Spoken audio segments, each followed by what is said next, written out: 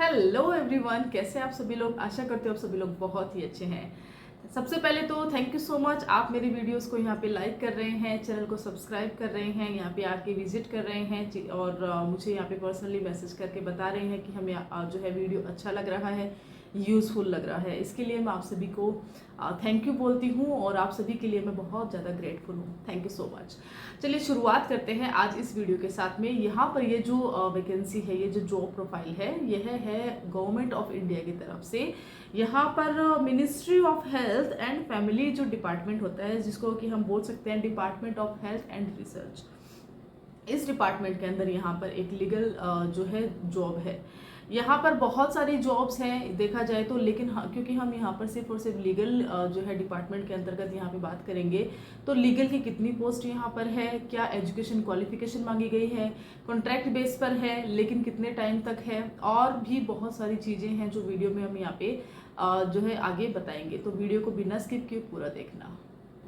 तो चलिए सबसे पहले बात कर लेते हैं कि ये पोस्ट क्या है। तो ये पोस्ट है यंग प्रोफेशनल की। क्या ये कॉन्ट्रैक्ट बेस पे है? यस, ये कॉन्ट्रैक्ट बेस पे है।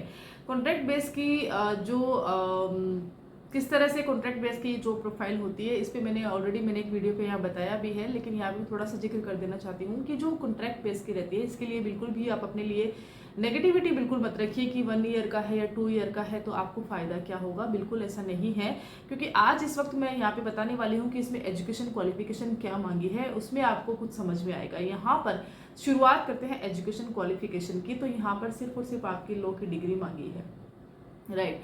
यहाँ पर आपका एक्सपीरियंस नहीं मांगा है, लेकिन यहाँ पर क्या चीज़ बोली, अगर आपके पास ऑप्शन में चीज़ें मांगी है, और जो ऑप्शन होता है यहाँ पर उसको बहुत ज़्यादा वेटेज दिया जाता है। इस तरह की कॉन्ट्रैक्ट बेस वाली जो जॉब्स होती है ना, उसे बहुत ज़्यादा वेटेज मिलता है। यहाँ पे बताया गया है कि अगर आपने जो है डिप्लोमा किया है तो आप यहाँ पे अपना डिप्लोमा लगा सकते हैं। अगर आपने मास्टर्स किया है लॉ में, अगर आपने LLM किया है, तब भी आपको डिजायरेबल डिग्री के रूप में देखा जाएगा यहाँ पर इसमें इस जॉब के अंतर्गत। तो इस तरह से यहाँ पे जो एजुकेशन क्वालिफिकेशन है उसमें रखा गया है। और यहाँ पर कॉन्ट्रैक्ट बेस का ये रहता है कि 1 ईयर का ये रहता है, लेकिन ये जो एक्सटेंड भी हो सकता है। इसकी सैलरी कितनी रहती है? तो 60,000 पर मंथ यहाँ पे सैलरी रहती है। कैजुअल जो पेड लीव्स होती है वह भी रहती है। उसके अलावा आप जो है इसमें कुछ कैजुअल लीव्स अलग से भी ले सकते हैं।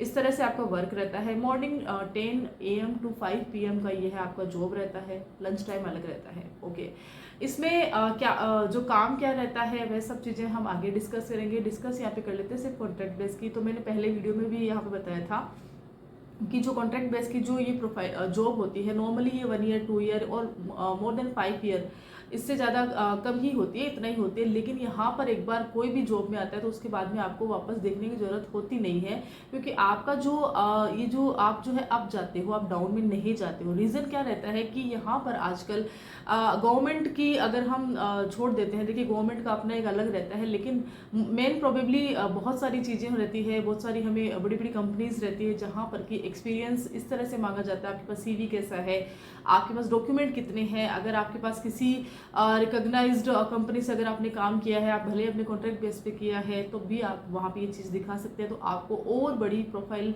जॉब प्रोफाइल आपको मिल सकती है और बहुत सारे अलाउंसेस के साथ मिल सकती है। तो ऐसा नहीं है कि आप एक बार इस कॉन्ट्रैक्ट में आते हो तो उसके बाद में आपके पास में जो है और ऑप्शन नहीं रहते हैं। इवन दो आपके जो ऑप्शंस होते हैं उसके दरवाजे बहुत खुल जाते हैं, आपके पास बहुत सारे एरिया हो जाते हैं अपने आप को यहाँ पे एक्सप्लोर करने का, क्योंकि आपके जो डॉक्यूमेंट्स रहते हैं ना, उसमें आपके पास एक एडिशनल डॉक्यूमेंट और हो जाता है, जो कि आपकी जॉब में आपका जो CV है उसमें 4 चांद लगाता है। तो कभी भी ऐसा नहीं सोचना है कि कॉन्ट्रैक्ट बेस की चीज़ है तो मैं क्यों करूँ, मैं ये काम नहीं कर सकता, ऐसा नहीं है। यहाँ पर आपको बहुत अच्छी जॉब सिक्योरिटी मिलती है। चलिए बात करते हैं, इसी में थोड़ा सा आगे चलते हैं और थोड़ा और इसको कवर करते हैं। वीडियो को बिना स्किप किए पूरा देखना। तो चलिए शुरुआत करते हैं यहाँ पे ड्यूटीज़ के साथ में, इनका वर्क कैसा होता है। देखिए, तो आप जो है इसमें हेल्थ एंड मिनिस्ट्री के डिपार्टमेंट में आते हो, तो यहाँ पर मेनली आपको यहाँ के जो इस डिपार्टमेंट के जो प्रोग्रामिंग होती है ना, यहाँ पे जो भी वर्क होता है, प्रोग्राम होता है, उसको मॉनिटरिंग करने का काम मेनली आपको यहाँ पे किया जाता है। और उसके अलावा कुछ और काम जो रहते हैं डिपार्टमेंट की जो आपको यहाँ पे बताया जाता है उसके अकॉर्डिंग रहता है। अच्छा, चलिए बात कर लेते हैं इसमें कि आपको कोई एग्जाम वगैरह रहता है। तो देखिए कॉन्ट्रैक्ट बेस है, आपको एग्जाम यहाँ पे नहीं होगा, सिर्फ और सिर्फ आपकी लॉ की डिग्री यहाँ पे मांगी है।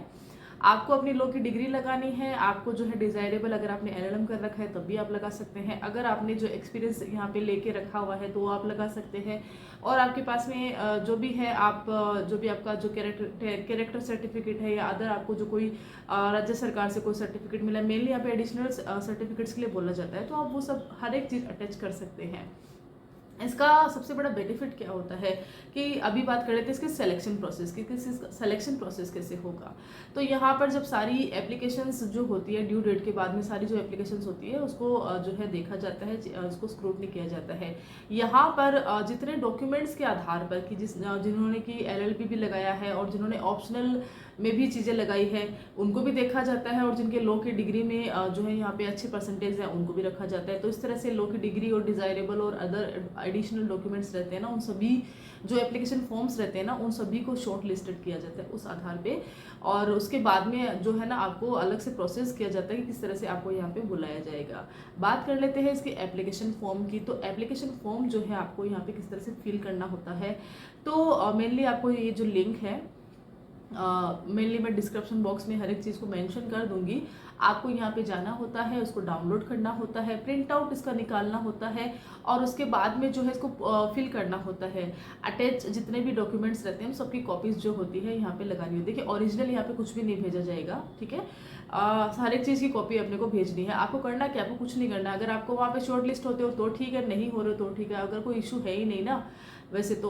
और आप अगर आपने सोच रखा है कि नहीं आपको करना है, अगर आपकी डिग्री अच्छी है, अगर आपके मार्क्स अच्छे हैं, परसेंटेज अच्छे हैं, अच्छी अगर आपने जो है साथ में एडिशनल डॉक्यूमेंट्स लगाए तो नॉर्मली आपका नंबर भी आएगा, वहाँ पे आपको शॉर्ट लिस्टेड भी किया जाएगा।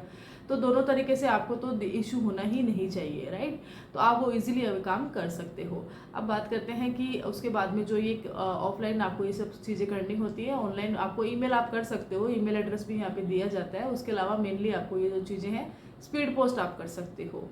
अब है यहाँ पे कि जब सिलेक्शन प्रोसेस की बात आती है, आपने अपनी तरफ से ये काम कर दिया। अब जब सिलेक्शन प्रोसेस होता है तो उसके बाद में शॉर्ट लिस्टेड करने के बाद में क्या रहता है ना कि आपको जिन जिन भी कैंडिडेट को वो शॉर्ट लिस्ट करते हैं उनको वो ईमेल करते हैं कि भाई आपका जो है यहाँ पे शॉर्ट लिस्टेड हो, आपको यहाँ पे इंटरव्यू कॉल के लिए बुलाया जाएगा। अब इंटरव्यू कॉल के लिए जो ये मैसेज करना होता है, इन्फॉर्मेशन देनी होती है, ये ईमेल के थ्रू देंगे और या तो फिर वो जो है व्हाट्सएप के थ्रू देंगे। इसलिए बहुत सावधानी पूर्वक आपको ये काम करना रहता है कि आप जो अपना ईमेल अच्छे से जो है ना सही आप अपना ईमेल एड्रेस वहाँ पे दीजिए, और जो मोबाइल आप नंबर आप यूज़ कर रहे हैं उसी व्हाट्सएप नंबर को आप दीजिए, ताकि आपको टाइम टू टाइम जो है उसमें अपडेट मिलती रहेगी। उसके बाद में जो इंटरव्यू कॉल के लिए आपको बुलाया जाएगा, इंटरव्यू कॉल के बाद आपके इंटरव्यूज होंगे, और उसके बाद में वापस से शॉर्ट लिस्ट की जाएगी, और फिर उसके बाद में बनेगी एक मेरिट लिस्ट। मेरिट लिस्ट के आधार पर यहाँ पे पोस्ट को जो है ये जो पद होता है उसकी भर्ती पूरी की जाती है। तो ये था एक छोटा सा video regarding young professionals legal job है, जो फ्रेशर्स के लिए है, जिन्होंने LLM की डिग्री कर रखी है लेकिन अभी हाल फिलहाल उनके पास में कोई इतना वर्क नहीं है, वो भी यहाँ पे जो है इस चीज़ के लिए जा सकते हैं। अगर आपने लीगल रिसर्च में आपने बहुत अच्छी रिसर्च वर्क किया है तब भी ये जॉब भी आपके लिए है। इस तरह से आप जो है यहाँ पे एक अच्छी अपॉर्चुनिटी है, उस अपॉर्चुनिटी को जो है आप ले सकते हैं। वीडियो अच्छा लगे तो लाइक कर देना, शेयर कर देना, और चैनल पे पहली बार आए हैं तो यहाँ पे सब्सक्राइब करे बिना बिल्कुल मत जाना। यहाँ पर आपको जजमेंट्स भी मिलेंगे, यहाँ पे आपको लीगल वैकेंसीज मिलेगी, लीगल अपडेट्स भी मिलेंगे। Thank you so much.